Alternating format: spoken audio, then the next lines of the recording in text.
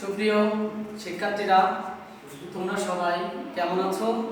আশা করি তোমরা সবাই ভালো আছো। আজকের অনলাইন ক্লাসে সকল ছাত্রছাত্রীকে শুভেচ্ছা ও স্বাগতম। আমি মোহাম্মদ কামরুজ্জামান, গণিত শিক্ষক, দিগদনা কুশালনগর মাধ্যমিক বিদ্যালয়, ঝিগুরগাছা, যশোর। আজকে আমি তোমাদের যে ক্লাসটি নেব, নবম এবং দশম শ্রেণীর তোমাদের গণিত বইয়ের 17 অধ্যায়ের পরিসংখ্যানের মধ্যক বিষয়ে আজকে আমরা আলোচনা করব। দেখো, আমাদের পাঠ উপস্থাপনা দেখলেই তোমরা অবশ্যই বুঝতে পারবে যে আজকে আমি কি পড়াতে এসেছি। প্রিয় শিক্ষার্থীরা, দেখো এখানে তিনটা মানুষের ছবি দেখা যাচ্ছে, দুই পাশে দুইজন পুরুষ এবং মাঝখানে একজন হিজাব পরিহিত একজন মহিলা। তাহলে এখানে মাঝখানে কে আছে, অর্থাৎ মধ্যে কে আছে বলো তো? অবশ্যই মাঝখানে রয়েছে কি? মহিলা। দেখো আরো কয়েকটা ছবি আমরা এখানে লক্ষ্য করি। দেখো একটা বৃত্ত, একটা তারকা চিহ্ন, এখানে একটা সমদ্বিবাহু ত্রিভুজ, এখানে একটা সমকোণী ত্রিভুজ, এখানে একটা আয়তক্ষেত্র। দেখো তাহলে এখানে মোট এখানে 1 2 3 5টা চিত্র আছে। 5টা চিত্রের ভিতরে মাঝখানে কি আছে? অবশ্যই সমদ্বিবাহু ত্রিভুজ। তাহলে এখানে মধ্যে আছে সমদ্বিবাহু ত্রিভুজ। তাহলে আসো আমরা আজকে মধ্যক বিষয়ে আলোচনা করি। দেখো আজকে আমার এই ক্লাসটি তোমরা ভালোভাবে লক্ষ্য করলে অবশ্যই তোমরা বুঝতে পারবে যে মধ্যক কি তা বলতে পারবে, মধ্যক ভালোভাবে নির্ণয় করতে পারবে এবং মধ্যকের সূত্রগুলো ভালোভাবে তোমরা প্রয়োগ করতে পারবে। দেখো স্ক্রিনে দেখা যাচ্ছে যে মধ্যক চিহ্নিত করো। তোমরা অবশ্যই পারবা। দেখো এখানে মোট 5টি হাতি আছে। দেখো হাতিগুলো সব এক এক করে স্থির হয়ে যাচ্ছে। দেখো এখানে এই পাশে দুইটা হাতি, এর পাশে দুইটা হাতি, মাঝখানে যে হাতিটার উপরে একজন মানুষ বসে হাতিটাকে পরিচালনা করছে। অবশ্যই তোমরা বুঝতে পারছো এটা হলো মধ্যক। তাহলে দেখো এখানে মধ্যক, তাহলে অবশ্যই তোমরা মধ্যক বুঝতে পেরেছো। তাহলে দেখো আমরা একটু মধ্যকের সংজ্ঞা দিই।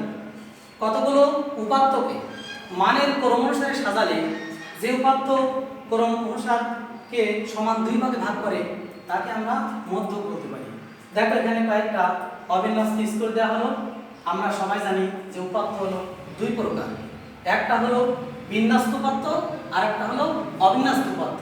দেখো আমরা অবিন্যস্ত উপাত্তের সংজ্ঞা দিই।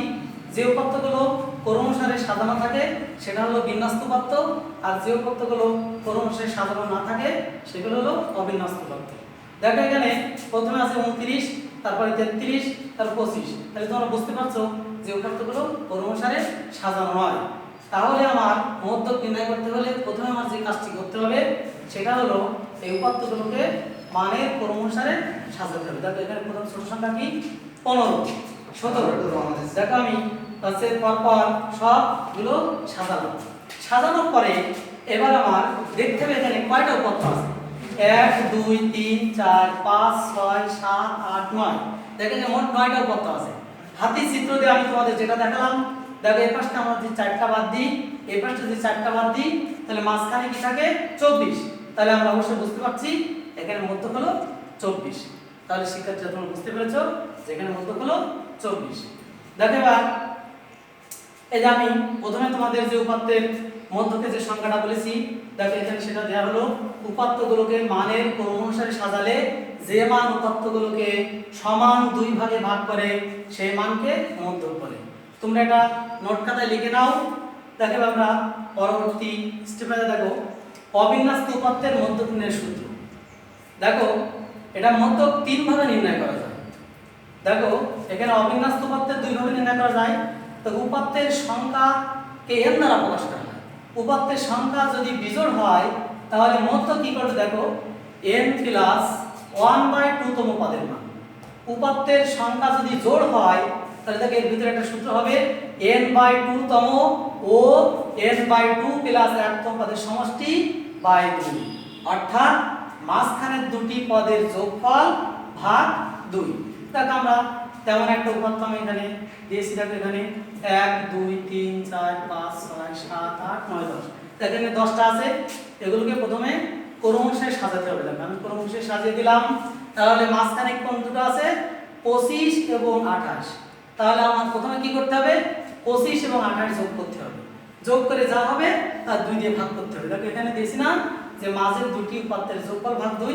দেখো এখানে মধ্যক ইকুয়াল টু 25 যোগ 28 ভাগ 2, তাহলে 25 আর 28 কত হয় 53 হয়। দেখো 53 ভাগ 2 তাহলে কত হয় 26.5।